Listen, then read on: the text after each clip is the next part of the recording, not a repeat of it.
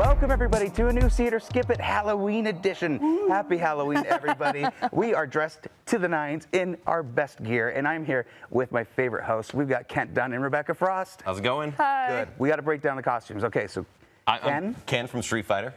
Take the T out of there. Yeah. Ken, not Ken. And the I'm sleeves. just Ken. No yeah, sleeves no sleeves either. A little cold.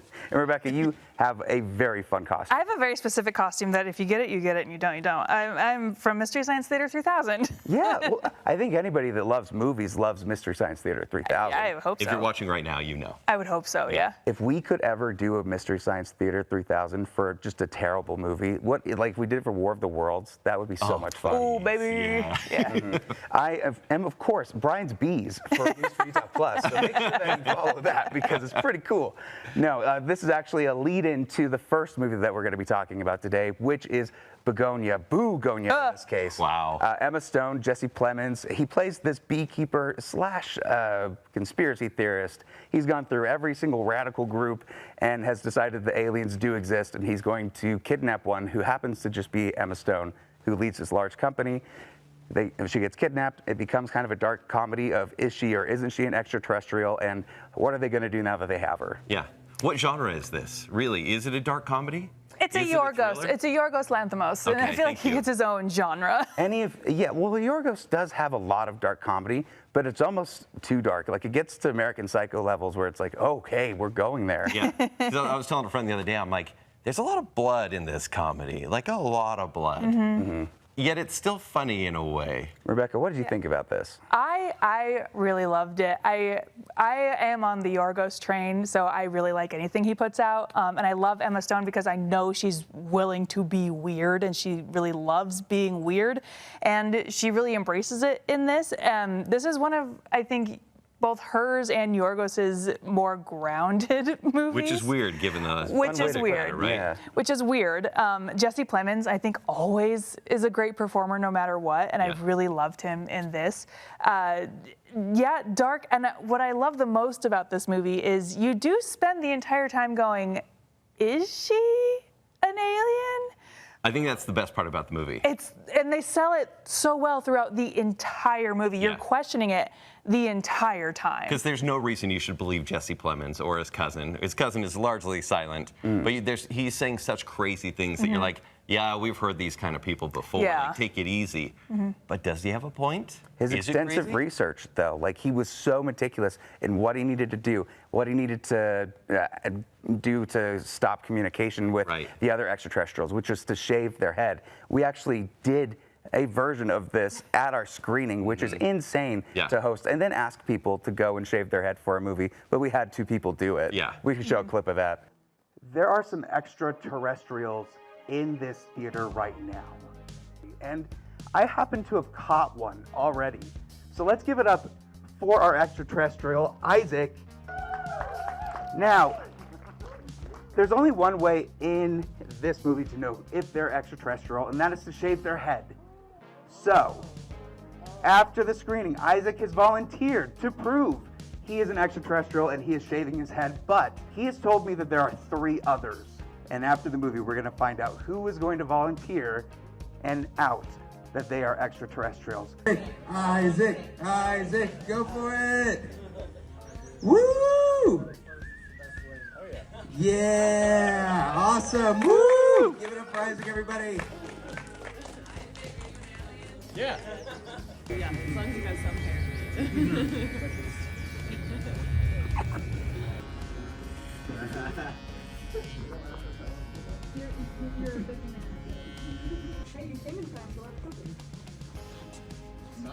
Barely. Or put yourself white and then be Emma Stone. Just get some bug eyes. You ready to see yourself, dude? Sure. Okay, ready?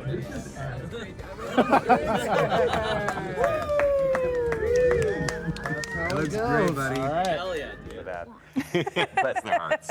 But I mean, this is one of those where the cast is firing on all cylinders, and they really do sell this crazy story that is a little too close to home for a lot of people that have that crazy uncle that shows up during Thanksgiving, has a lot to say about the economy and how aliens are doing whatever.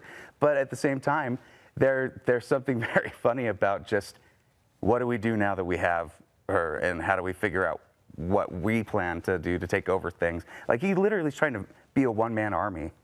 Yeah, it is. The equivalent of it is, how do we kidnap Bezos? And how do we, convince Bezos to tell us that he is truly an alien from... And his head's already shaped. So yeah, so how is he communicating? What? I would say maybe this isn't a crowd pleaser, though. I would say, there were half of the critics we were with that hated this thing. Yeah, but that's the thing about Yorgos is, it's so true, you right? either like him or you don't. Love him or hate him, he's still doing something that is all him. And I respect that. This is probably my favorite Yorgos movie. Really? Because it was just so off the wall. Killing of a sacred deer. You see, those lobster. I'm like, oh, my day is gonna be ruined. This one I was like, just okay, this is great, keep it going. Well, the film that he made last year, Kinds of Kindness. Yeah. What do you think as far as stacking up? Because these two feel like the closest to I guess as much you could say for Yorgos, a stereotypical comedy. But was it as good? Kinds of Kindness is its own. It is like its own separate, way out here genre that I don't even know how to begin to describe. It's just weird. I really liked Kinds of Kindness, but again, like, you either like his stuff or you don't. And I like a filmmaker that takes risks, and we all know, like, that's what he does. Yeah. Kent, who is this movie for that's watching See It or Skip It right now? Weirdos. Or weirdos are ones that are like, hey, that trailer really caught my attention. I want to see Emma Stone play a CEO type. But maybe I don't trust her. I would say this is like an entry-level Yorgos Lanthimos movie, because, like, if you didn't see Poor Things or Kinds of Kindness, like, check out this one, and you can decide for yourself if this is your vibe. And it's a fun Halloween-adjacent film. It still has, like, some elements of supernatural things because they're talking about them aliens. But at the end of the day, I do think this is a see it. You weirdos, go out and watch it. Yeah, you weirdos. Welcome to the club.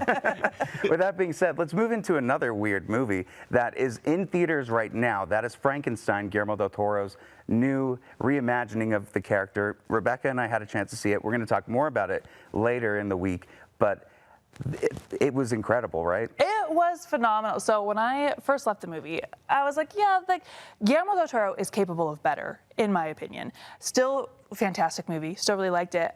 Then I read the book, as I annoyingly do, and the book gave me such a new appreciation for the movie because Guillermo adapted the heck out of this book. Like, it is one of the closest adaptations of the story of Frankenstein that we've seen. And I feel sick that I ever called the creature a monster, honestly. Yeah. I mean, because what we know of Frankenstein, he is a monster, right? Well, okay, if we're going to get into it, Frankenstein is Victor Frankenstein, the guy who created the creature. Frankenstein's monster, yes, truly.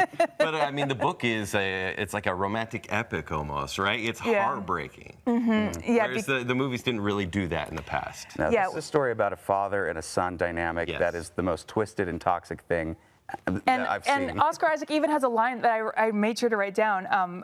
I did not know what to do after creation. And that's Victor Frankenstein in a nutshell, is his drive to create life after death. And then now that he's done it, what now? He never thought that far ahead. And he approaches the creature with such vitriol and such hatred. And if you have empathy, which I hope you do, you're like, be nice to Jacob Elordi. Also, the entire time, I don't know about you, I was thinking, imagine this was Andrew Garfield. Because Andrew Garfield was originally the creature. Not during the moment, but after it. Like, that's why we wanted to talk about it today, because it's in theaters and it must be seen on a big screen. Gotta see it in theaters. That is the big thing. Deal. It's gonna happen today.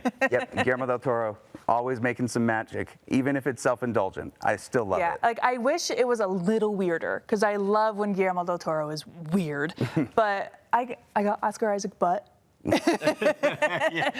that's a... I don't know how to get out of that one. 5 stars. I don't know how to get out of Oscar Isaac's butt. Let's talk about this new interview that we have. The Witcher season 4 is out, and we have a new Geralt. It is Liam Hemsworth. We have Lawrence Fishburne, who, I mean, it's Morpheus, come on.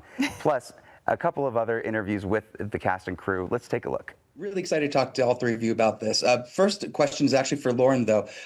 You've been balancing, like, book purists, game purists, newcomers, all while bringing in your own creative flair. How do you balance that and stay authentic while also making those bold creative choices? That's a big question. You know, I think that bouncing is the right word. You know, I think that I have learned a lot over the course of this show. I think we all have.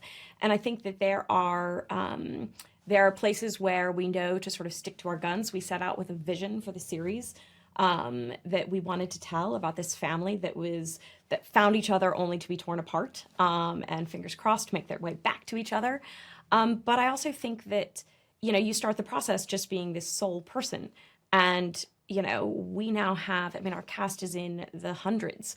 We carry a crew sometimes up to 800 people. You know, we have wildly talented HODs, 4 directors every season.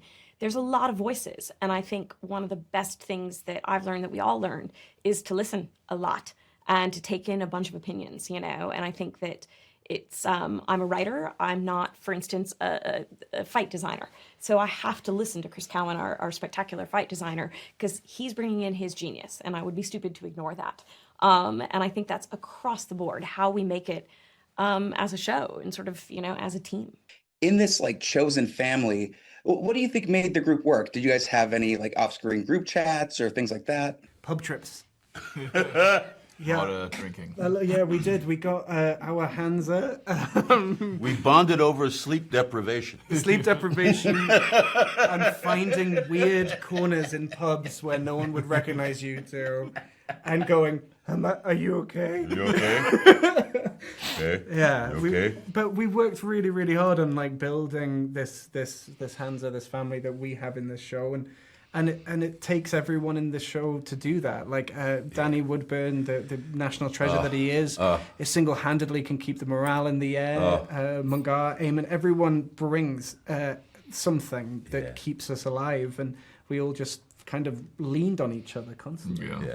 Yeah, some days it was me that was tired, some days it was you that was tired. Other days tired. it was me that was tired again. And, you know, sometimes it was nice. Sometimes I'd be asleep. You know who never was tired? Danny was never tired. Danny was never tired. Danny would never let on that he was tired. No, he was Indefatigable. so good at like, if you were having a bad day, he would immediately like snap you out of it. You're like, all right, that's not that bad. He'd pull you out of it. He was our Tinkerbell. Just lots of magic dust everywhere. What a special human. You two represent a very strong found family bond in this, and it's really so palpable. How does that relationship evolve now that we're going into like war forces and separation like that?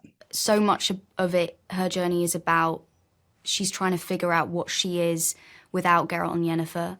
What she is sheds all kind of expectations that the world has had of her, and she's able to do that in this group of rats because they don't know who she is, and she takes on a different name. It's interesting for her to be able to kind of explore what she wants to become, and I think she's quite angry at the world for, you know, what she's had to experience as a child and how much she's had on her shoulders, and I think part of it's running from that, but also realizing that she can't do that forever in order to find who she is.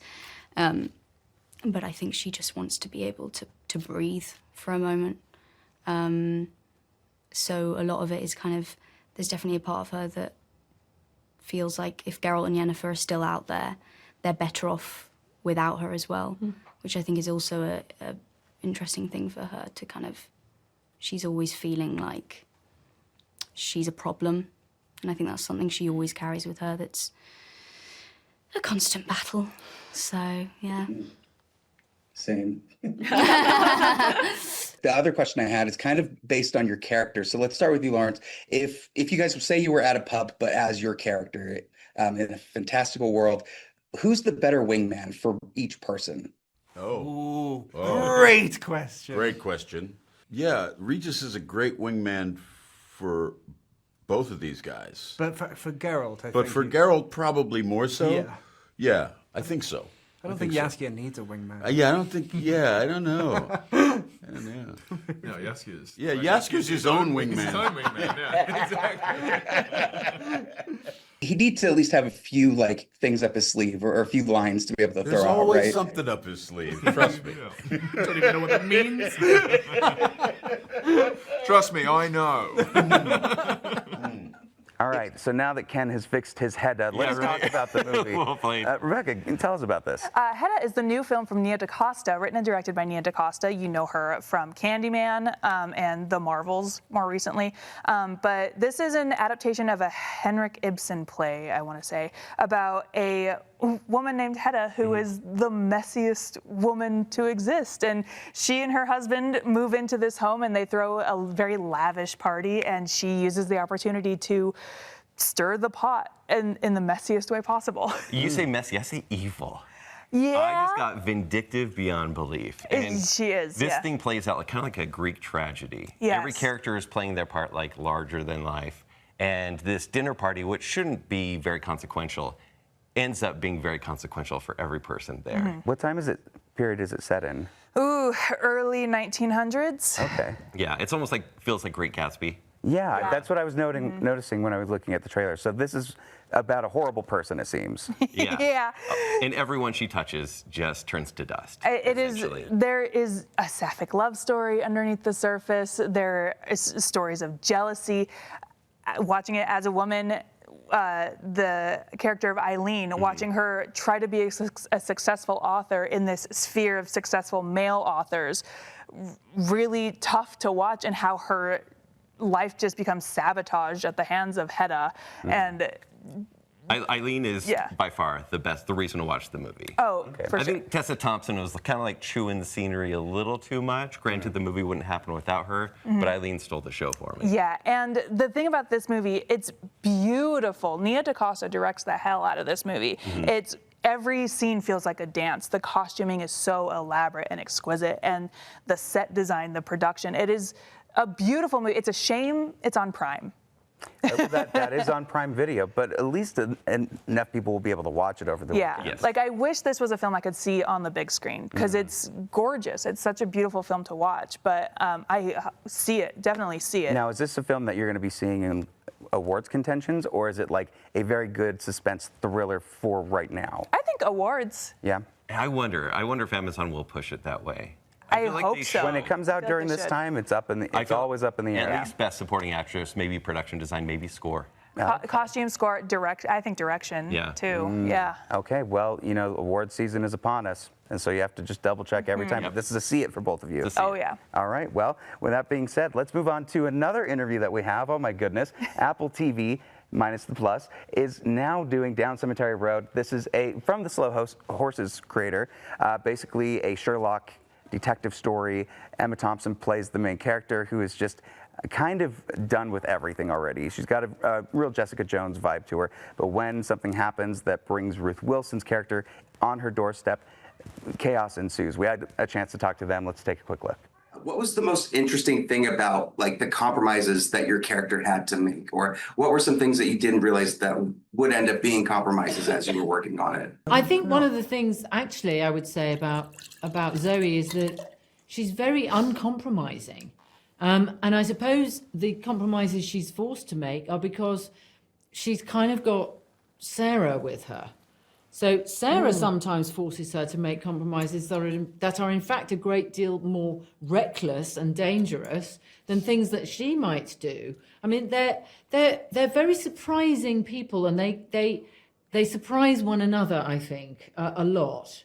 That strange, jaggedy balance between them was something that we really enjoyed playing, because it's not like normal banter or because Sarah doesn't know when Zoe's just going to shut her down, and Zoe doesn't know when Sarah's going to run off and push someone down a stairwell. So there's a great kind of unexpected quality to both the characters and to their interactions and to their response to one another. With you working alongside Emma, she's also an executive producer on this. Does it feel more calming, or like that you're in more safe hands working alongside someone that is also in the back end of the film as well, of the show? Yeah, I think sometimes when you have someone who's so knows the material so well, has a relationship to the material and to the writer, the adapter, Morwenna, then yes, there's some eyes on it, and there's a care and there's a integrity and passion for the project, which makes you have the equal passion and care. So yeah, that was very useful. It was very nice knowing that Emma was on that side. but just working with her, it was a joy. So we just would find, and like you said, it was kind of, they'd take it in turns to lead the characters. Yeah, yeah. And we never knew when that was going to happen in the scene. No. And I remember us doing that first scene on the roof. Remember, it was we did it so many different ways. We suddenly were like exploring it. It was the first time we'd really played together. Yeah. And it was different every time, wasn't it? And it was really fun. So that's the mark of great writing, that you can do it so many different ways. You know, bad writing, you can only do it one way. Yeah. And it will always be bad writing. The final question I have is, if you, Emma Thompson and Ruth, could hire Zoe as your investigator, what's the mystery you'd put her on? Oh, something kind of corrupt and I was going to say sexual. Boris Johnson. Yes, that's absolutely right. How many children does he actually have? Who with? And, you know, that would be very good, because she'd enjoy that. Yeah, she would enjoy it. She'd enjoy the sleaze of it. Yeah. Looking at his car. Yeah. How full of like rubbish it was and things like that. Just Yeah, you love all that stuff. Details. Yeah. We got to bring her to the U.S. There's plenty of sleaze to be looking through with all that. I know. Thank you again so much. It's a pleasure meeting you both. Thank you. Nice to meet you Bye. too. Bye, Patrick. All right, with that said, let's keep going with what is on streaming. And this we missed actually last weekend. Welcome to Derry. This is Andy Muschietti bringing us back to Derry, bringing us back to the Stephen King world of Pennywise the Clown. Ken, what did you think of this? So this is what, 30 years before, right? You call me Ken too, good job. Pennywise comes every, 28 years? 27. 27 years. So this precedes the It Chapter 1 story that we know. And it's in a really cool era. Like, it's just really fun to watch. This one starts off just with a bang, not a whimper. It wants to go, hey, remember how you were disturbed by it and just didn't hate part 2? We're going to bring you right That's exactly back. it. That's exactly. I remember sitting in the theater by myself during It Part 1 going, oh my God, are you guys seeing this? Yeah. This is so scary. Yeah. And welcome to Derry. I was pleasantly surprised at how horrific it is. Well, you would normally look at something like this and go, uh-oh, they're just doing Stranger Things again. But this is original Stranger Things, right? They adapted from Stephen King, not vice versa. Except this one wants you to feel like it's Stranger Things and then subvert everything, which is why this one, and if you've seen the episode 1, episode 2, there's 2 episodes out now. The end of the first episode just doesn't let you go. No, and I think even that first opening scene where they're in the car just sets this ominous, horrifying tone. Yeah. And they do one of the things that I hate in horror movies lately that have become just a reoccurring way to gross you out, like immediately. Yeah. But the way that they build the story and the way that they subvert those expectations at the end does make this a show that you need to be watching and you need to be tuning in weekly for. And I can't believe I'm saying this, but if you like Stephen King, this is delightfully Stephen King. Like, it has his fingerprints all over it. Just wait for episode 2. You're going to get some crossover characters from The Shining as well. Well, they introduced the one. Yep. Yeah. Okay, so you got it. Yeah. They go more into his story in episode 2. So I noticed there was a Shawshank little Easter egg in there too. So are we saying that this might be like a Stephen King universe that they're building out? Stephen Kingiverse, yeah. Here's the thing. He always starts great. Does he stick the landing? But Stephen King also, his stories are all kind of interconnected already. So this is, I think, the really first instance of seeing it in media that, we can actually start to kind of So connect are we the finally dots. going to get the Dark Tower? I don't know. Yeah, we'll see. The Dark Tower did not perform very well, but I don't know. If Shawshank's involved, if The Shining is involved, they're clearly throwing in, like, they're not afraid to do it like Sony in the Spider-Verse, you know? Yeah, and Andy Muschietti, he did a really great job with It Parts 1 and Part 2. Parts 1. Yeah, Parts 1. Just forget about the Flash. Yeah. Let's just pretend He's trying as well. the Flash just never ever existed. They're also being really clever. They don't really have Skarsgård in the show until like the last episode. But because Pennywise is a shape-shifting creature, they're You can be using anybody. You can be anybody. And so they're cleverly playing it up, and it still feels just as scary as if the clown's in these first 2 episodes. Okay. Well, do you see this being one that they're going to be moving into multiple seasons, or is this kind of limited series type thing? I think the hype is real. I am the type of person who I love a one and done, but if they did multiple seasons of this, I don't know that I'd hate it. What a great week of watches, especially you're going to watch The Chair Company and then you're going to watch Welcome to Derry. You've got a yin and yang for that. That's really fun. Yeah. Anything else we want to talk about for this one? I feel like there's so much we can explore, but we have to finish this show just to see where it's going. I basically just want to talk to everyone that's seen the end of episode 1 and be like, what did you think? I immediately messaged all of my horror lemming friends. I was like, oh my gosh, did you guys watch Welcome to Derry? I need to talk about it with somebody. Yeah. Okay, well, it's a see it, and we want to know what all of you think too. So make sure that you check this out on HBO Max right now. And finally, let's jump over to Netflix again for Ballad of a Small Player. Now, I saw this on the plane, actually, heading back from LA. By the way, I went to the Hollywood Forever Cemetery because I just wanted to feel like spooky. Yeah. It was like the most peaceful, beautiful place. It totally subverted my expectations there. You wanted to be spooky. Well, yeah, a little bit. What was shocking to me is that it was right behind the Paramount lot. Yeah. Like, shared the wall completely. Yeah. Wow. I really hoped a ghost had followed me or some Which extra ghost? in a movie. Yeah. Maybe an extra. Like, I just want an extra that was in a film that's like, look, I can still do it, you know? Like, I can show up randomly. Hey. Yeah. I want my ghost to have a little anxiety just about like, I just really want to be a star. First on the ghost call sheet. Yeah, the pearl of ghosts. But this is starring Colin Farrell. He is this crazy bad gambler that is just like losing everything. He finds somebody that gives him a shot, and then this movie goes to many different weird, dreamlike places. You don't really know what's real and what's not. And by the end, you're confused, but you like that you are. Yeah, this is like a future noir sort of movie because we've seen gambling movies before. We've been like, yep, he's got a lot of money. It's going to be gone pretty soon. But the way this is shot, the cinematography is kind of whack, but I love it for that. I was watching this one with my husband, and maybe every 5 minutes I would say, director of Conclave. Yeah. This is from the director of Conclave. Yeah. And Music by Conclave. And you can tell because the movie is beautiful. Every shot was so meticulously framed and colored and just beautiful to look at. The story itself, I felt like was pretty simple. Yeah. But I thought it was an effective Other than the fact that it became a supernatural story along the way. Yeah. You're like, oh, what's going on here? The whole thing is like a parable, right? Yeah. Like, and I thought that was Don't do a gamble. Yeah, right? Not once. And maybe like don't eat like that. Eating food like that is never appropriate. He didn't even like champagne. Every meal he's ordering champagne, and he's like, I don't even like champagne. But isn't that really interesting though? That like he was assuming wealth and class, but he never really fit into Well, it. for example, he calls himself what? Lord Byron? Lord Doyle. Lord Doyle, thank you very much. And everyone had to call him by that title. Meanwhile, his name's like Francis. Yep. You know? Tilda Swinton is kind of chasing after him to reclaim some debts. Her character, while not in it a lot, anytime that she is, I was pretty excited to see her. Yeah. I just love seeing Tilda Swinton anytime. Like I was nervous for him.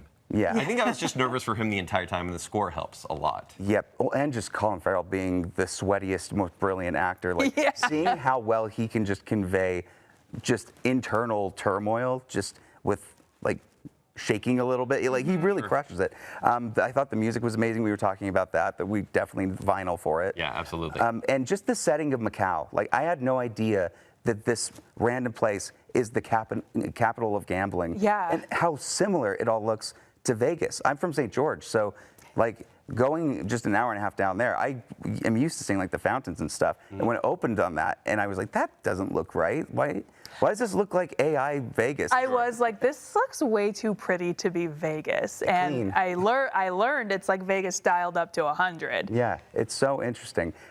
You're right. It's about an hour and a half long, so it's a breeze. You can watch this and completely satisfied, have lunch, and do whatever you need to do for the rest of the day. Yeah. But is this something that you would watch again? I think it's a superior Netflix movie. I really dug it, actually. For a Netflix movie, I was I like, like the I know, like, ooh, like for a Netflix movie, wow, this is actually pretty impressive. Yeah. When they bring out their awards contenders, they do hit pretty hard, and this one does well. I'm interested to see what this director does next because Conclave was such an incredible film. And this year, when the Pope passed away, the first thing people thought about was Conclave. This isn't going to have that because No. Yeah, but at the same time, I do think it's one that could be a nice little ghost story that isn't trying to, scare the crap out of you It's more just It trying to teaches give you a lesson along yeah, the a way. peaceful parable. Yeah, that's cute. Yeah. Well, that's a see it for us. But at the end of the day, we need to talk about our Halloween picks because Halloween, for me, is always the time where we're watching something at home and we're giving candy out to kids. With that being said, thank you both for coming on. Thank you, Ken, and tell happy the people where they can find you, aside from Street Fighter. Yeah, right. You can find me at the Bacon Cell Podcast and ShowtimeShowdown.com. Rebecca. You can find me every week at Geek Show Podcast. All right, and make sure that you scan the QR code. Happy Halloween, everybody.